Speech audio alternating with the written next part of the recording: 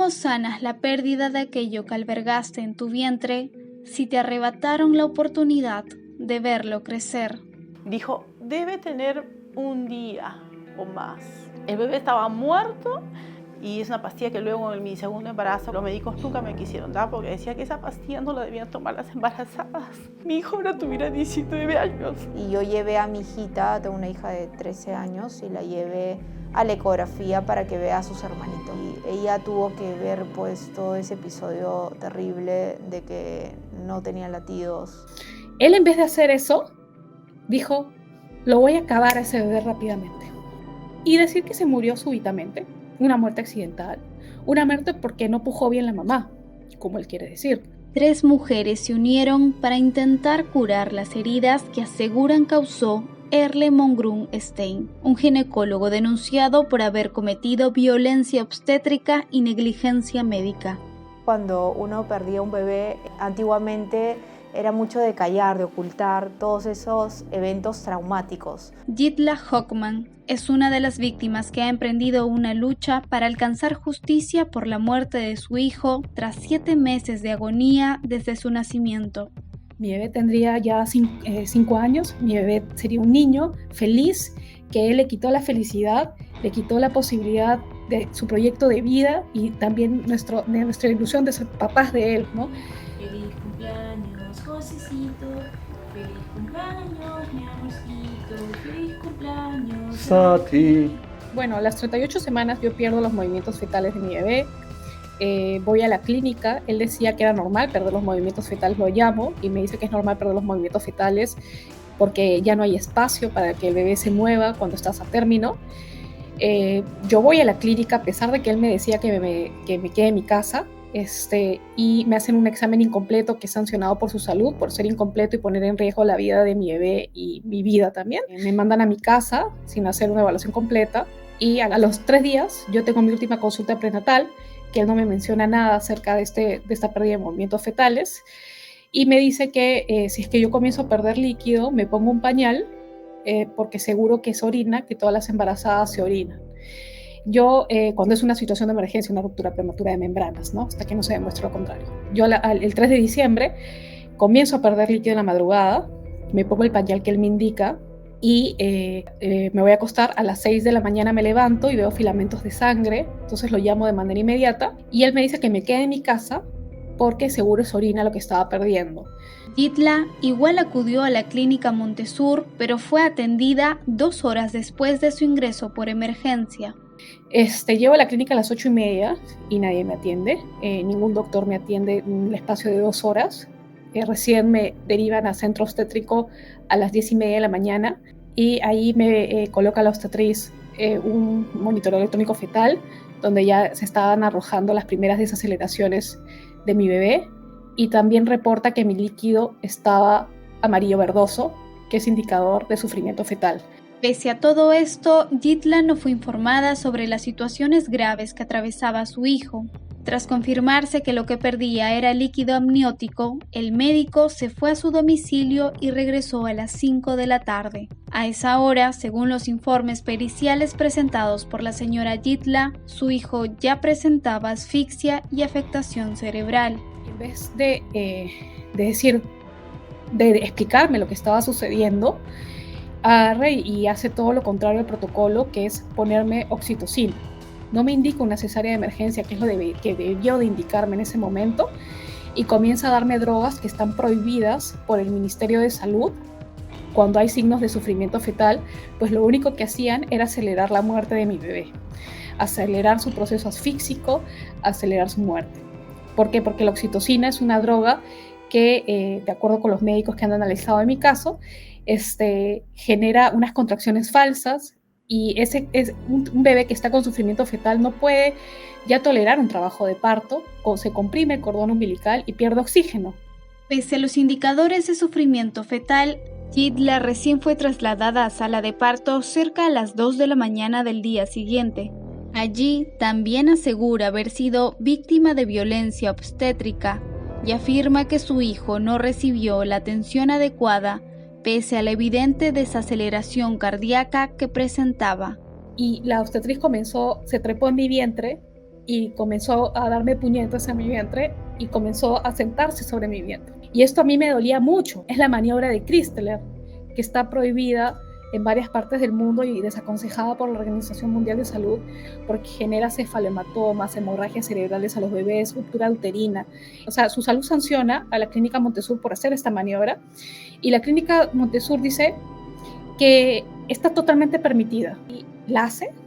Yo sigo pujando y no sale igual, pero a las 2 de la mañana nace y nace pues con paro cardíaco respiratorio. Morado, impregnado de meconio, como brea en todo su cuerpo. Y Mongrut no le había avisado a neonatología que esté preparado para darle oxígeno y entubarlo de manera inmediata, porque dice que cada segundo cuenta para preservar el cerebro del bebé. No le hacen masaje cardíaco apenas nace, y eso también por eso sanciona su salud. No tiene masaje cardíaco, no lo dan oxigenoterapia, no lo entuban de manera inmediata. Y a las 2:45 de la mañana recién lo entuban, 45 minutos después de que nace. Todo esto hace que mi bebé convulsione y entre en estado de coma y tenga un daño cerebral de más del 97% del cerebro, de acuerdo con sus resonancias magnéticas. Gitla Hotman denunció ante su salud a Mongrun Stein y a la Clínica Montesur por las graves afectaciones que sufrió su bebé y su posterior muerte. Su salud sancionó a la Clínica Montesur con una multa de más de 300 UIT por más de 30 hechos perjudiciales durante el trabajo de parto y atención neonatal del hijo de Gitla. Con esta resolución a su favor, Gitla inició un proceso judicial y solicitó a la Fiscalía que acuse por homicidio doloso al médico, ya que para ella y su defensa, la acción del médico supera la negligencia. Él, al ver que a las 5 de la tarde ya mi bebé pues tenía daño cerebral, en vez de decir, he cometido un error, mira, no me debió de ir, hay que salvar a tu bebé, puede venir con daño cerebral, pero es algo que debemos de asumir, me equivoqué, no debió de dejarte, no debió de abandonarte ni a ti ni a tu bebé en ese transcurso de tiempo y hay que hacer una cesárea de emergencia ya, ¿no? Él, en vez de hacer eso, dijo, lo voy a acabar a ese bebé rápidamente. ¿Para qué? Para poder tergiversar como él quería la historia médica, uno. Segundo, para que ningún otro doctor lo vea, porque al ser un nacido no vivo, sin tener un certificado de no nacido vivo, pues él iba a ser el único doctor que iba a controlar su historia médica. Como él logró sobrevivir a pesar de todo, hubo neonatólogos, pediatras, diversos neurólogos que lo revisaron, analizaron, hicieron múltiples exámenes. Esto es lo que él quería evitar. Él quería decir que todo estuvo bien en el partograma y decir que se murió súbitamente. Una muerte súbita, una muerte accidental, una muerte porque no pujó bien la mamá, como él quiere decir. Sin embargo, la Fiscalía decidió formalizar la acusación por homicidio culposo, lo que daría una pena privativa de 1 a 4 años contra Mongrun Stein. Debido a esto, Gitla inició una campaña en redes sociales, contando su caso para evitar que más mujeres sean víctimas de este doctor, encontrando a más afectadas incluso desde hace casi 20 años. Yo un domingo de descanso estaba viendo TikTok y vi el caso de Gitla y vi que otras mamás escribían ahí casos no tan graves como la muerte, llegar a la muerte del bebé, pero sí chicos que han quedado dañados. Cada vez que me acuerdo, realmente es una cosa muy penosa. Yo llevé el embarazo completo con el doctor Andrés Mongrut Stein Goicoechea desde antes de mi embarazo. Asistí a la clínica TESA, siguió mi embarazo, fue muy amable, me dio su teléfono y es más, yo me comunicaba por teléfono con él. El punto es que llegué a tener casi 9 meses de embarazo y me sentía mal. Veía cómo mi bebé se movía de un lado a otro y lo llamé por teléfono, ¿no? Porque yo quería ir a la clínica, me dijo que me relaje, que me dé una pastilla, que tome la pastilla que él me había recetado 2 meses antes, creo. Y es una pastilla que luego en mi segundo embarazo con mi hijito Rodrigo, los médicos nunca me quisieron dar porque decía que esa pastilla no la debían tomar las embarazadas. Entonces, cuando fui a mi cita, bueno, me quedé tranquila porque pensé que estaba con un excelente médico, porque trabajaba con su papá, trabajaba con su hermano, entonces yo dije, estoy asesorada muy bien. Y de eso oía las voces de familiares que son médicos, pero como no eran obstetras, yo los subestimaba, incluso la señora que trabajaba en mi casa, que me decían, ¿cuándo vas a dar luz? En marzo. Mongrut me ha programado para marzo. pero no, tú tienes que dar antes, porque recuerda que tienes unos miomitas. Yo tenía 3 miomas intramurales que luego me explicaron que crecían con el embarazo y fastidiaban al bebé, y en ese caso las señoras debían dar a luz antes, pero él no sé qué pretendía, que tenga yo 9 meses. Entonces cuando fui a los 3, 4 días, un 27 de febrero, un 28 de febrero de 2005, a mi atención, él puso esa cajita para escuchar los latidos del bebé y no se escucharon. Y me dijo que pase a piso. Yo pensé que en piso me iban a poner un aparato mejor con el que iba a escuchar mejor los latidos. Y no, me hicieron una cesárea, me durmieron. A diferencia del nacimiento de mi hijo, que yo escuché toda la cesárea. Ahí no escuché nada. Solo escuché el comienzo cuando una voz que no era la de Mongrut, era otro doctor, dijo, debe tener un día o más, o 2, así. Entonces, el bebé estaba muerto. Bueno, yo estaba inconsciente con la anestesia. Le dijo a mi esposo que él podía darme un certificado de defunción, pero mi esposo lo llevó a la morgue. Yo estuve con septicemia una semana o más, creo. Y él me dijo, estando yo con septicemia, con antibióticos a la avena, que incluso también me enronché. Estando yo así mal, decía que yo tenía problemas congénitos, que el bebé también los tenía. Me dio el nombre de una doctora de apellido medio ruso para que yo visite y me dijo que la próxima vez sería diferente el embarazo. Luego recibí el parte de la necropsia y con otros familiares que son médicos los leímos y yo estaba asustada. Yo leía edema cerebral, edema pulmonar y yo decía, Dios mío, estos serán los males congénitos, pero aunque edema me sonaba a chinchón, a coágulos, ¿no? Y ellos me dijeron, no, todo ha sido sufrimiento fetal. O sea, él no fue atendido. Incluso cuando yo empecé a buscar médicos, porque uno parecía alma en pena, yo buscaba a los médicos, iba a una clínica, a otra, hasta 3, 4 clínicas del colegio médico. ¿Qué había pasado? Me decían, ¿cuánto tiempo lo monitorearon? ¿Cuánto tiempo le pusieron el Doppler? Un aparato. Nunca le pusieron, nunca. Nada. Si él no podía tenerme, yo hubiera ido a otro lugar. En 2005, Clara García denunció a Mongrut por lesiones graves y homicidio culposo, al demostrar mediante necropsia el sufrimiento fetal de su hijo que nació sin signos vitales. En ese proceso, Mongrut Stein fue declarado reo contumaz. Sin embargo, según denuncia Clara García, tanto el juez como el fiscal dilataron el proceso hasta que el delito prescribió y Erle Mongrut Stein continuó ejerciendo. Mi hijo ahora tuviera 19 años, ¿no? Otra de las víctimas de este médico fue Lisette Larrabure.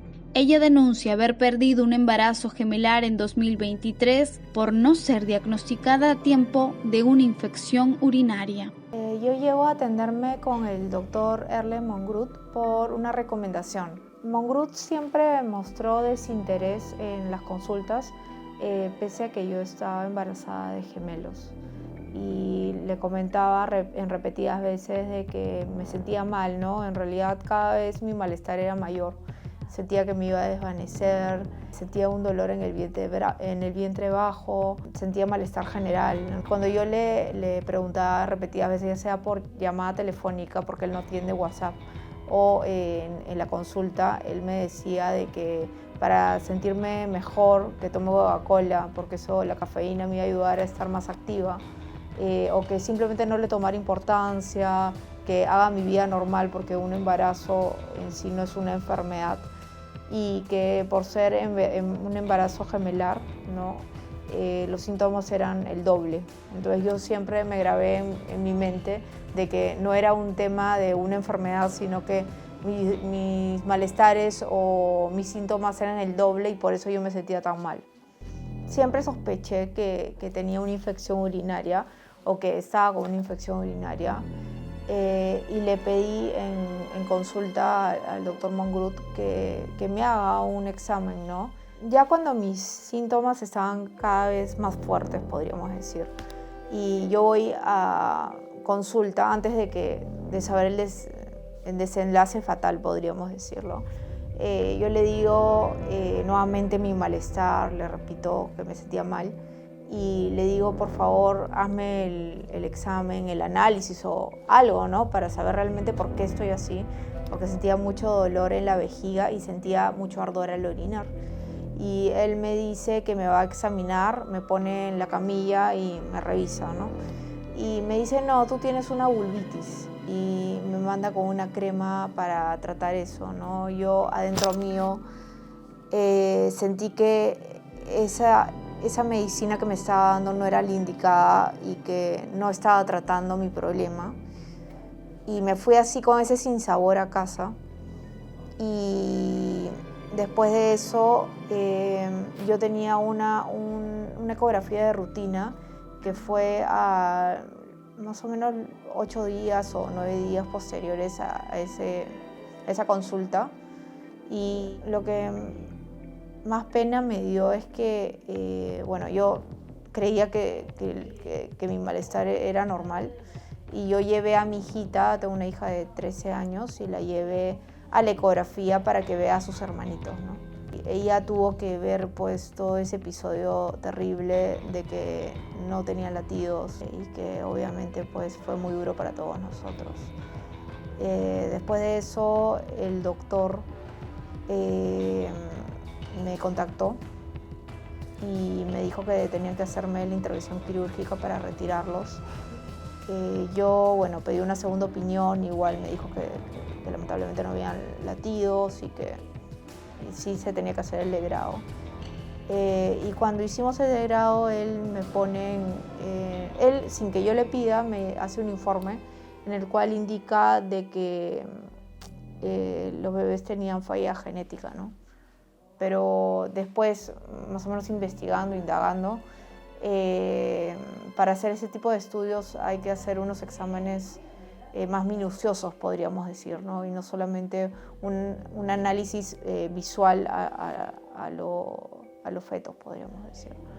Es más, nunca me entregaron tampoco los bebés, simplemente me dijeron que ya estaba hecho el degrado y punto, ¿no?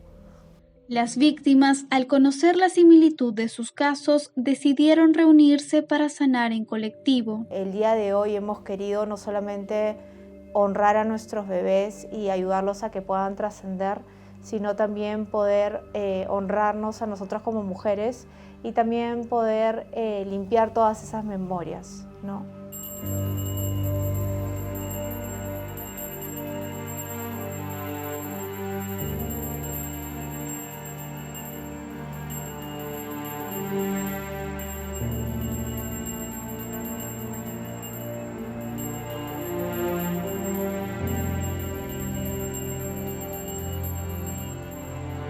Hemos hecho un círculo de sanación justamente porque en el útero nosotros almacenamos memorias no solo propias, sino también de nuestras madres, de nuestras abuelas, de mucho dolor, de mucha angustia, de pérdidas, ¿no? En base a la experiencia que he vivido, en base a este dolor tan fuerte que he experimentado, puedo ayudar a otras personas con las herramientas que tengo, a que ellos también puedan sanar y que puedan pasar por este dolor, pero siendo conscientes, ¿no? Y pudiendo trabajar todo esto y sanando en colectivo, ¿no?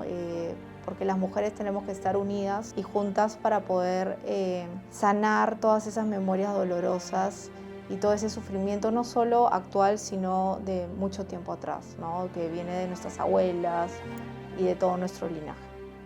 Y en apoyo a Yitla, que es la única que actualmente lleva un proceso judicial. Bueno, en esta ocasión yo quisiera que realmente se haga justicia en el caso de Yitla, porque en mi caso ya prescrito, es una justicia que yo no obtuve, que Yitla y las otras mamás que también han sido perjudicadas con sus bebés obtengan justicia, ¿no? Y que no pase como suele pasar en la justicia peruana, como pasó con el juez, que sin contradecir al fiscal, en forma descarada dilató el proceso hasta que prescribió. Yo pido justicia por el bebé de Yitla y también por todos nuestros bebés, para que ninguna otra familia sufra en manos de un doctor como Erle Mongrut. Huayca se comunicó con Erle Mongrut para preguntar sobre los casos denunciados. En respuesta, el médico negó las acusaciones y responsabilizó a terceros. Hoy ante la Fiscalía hemos demostrado que Erle Mongrut Stein Goicoechea ha vendido todas sus propiedades. También por fuentes cercanas a él está diciendo que él se va a retirar, se va a retirar de la medicina y se va a ir a vivir al extranjero y a la vez pues está vendiendo todo. También he creado un canal de TikTok, ¿no? Donde entran testimonios de gente que dice que a mí ya no está programando cesáreas acá 9 meses, ni está programando partos. Entonces, toda esta información se le ha pasado a la fiscalía porque hay un riesgo de fuga, ¿no? Que la fiscalía no está contemplando, el sujeto no tiene ni siquiera comparecencia restrictiva, no tiene impedimento de salir del país, él entra y sale, viaja cada rato.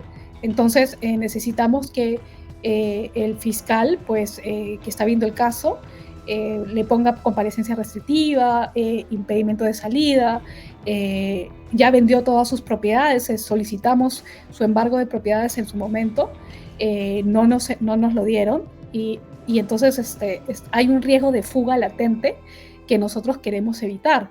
Con esta creación de este canal también se han contactado otras mamás con casos que también el Lemon Group ha causado la muerte de otros bebés, y uno de ellos es el bebé de Clara, que en el 2005 ella lo denuncia, ¿no? Y él se hizo inubicable en ese momento. Entonces, si es que hubiese habido justicia en el 2005 y le hubiesen quitado la licencia para poder ejercer, pues eso no me hubiese pasado a mí, ni le hubiese pasado luego a otras mamás, entonces, que vienen después de mí. Entonces, estamos en una situación que debemos de poner pares. Me parece totalmente injusto que este sujeto siga trabajando en la Montesur, siga trabajando como si nada, y la Montesur lo apañe en todo momento y lo excuse, ¿no?, de todos estos crímenes.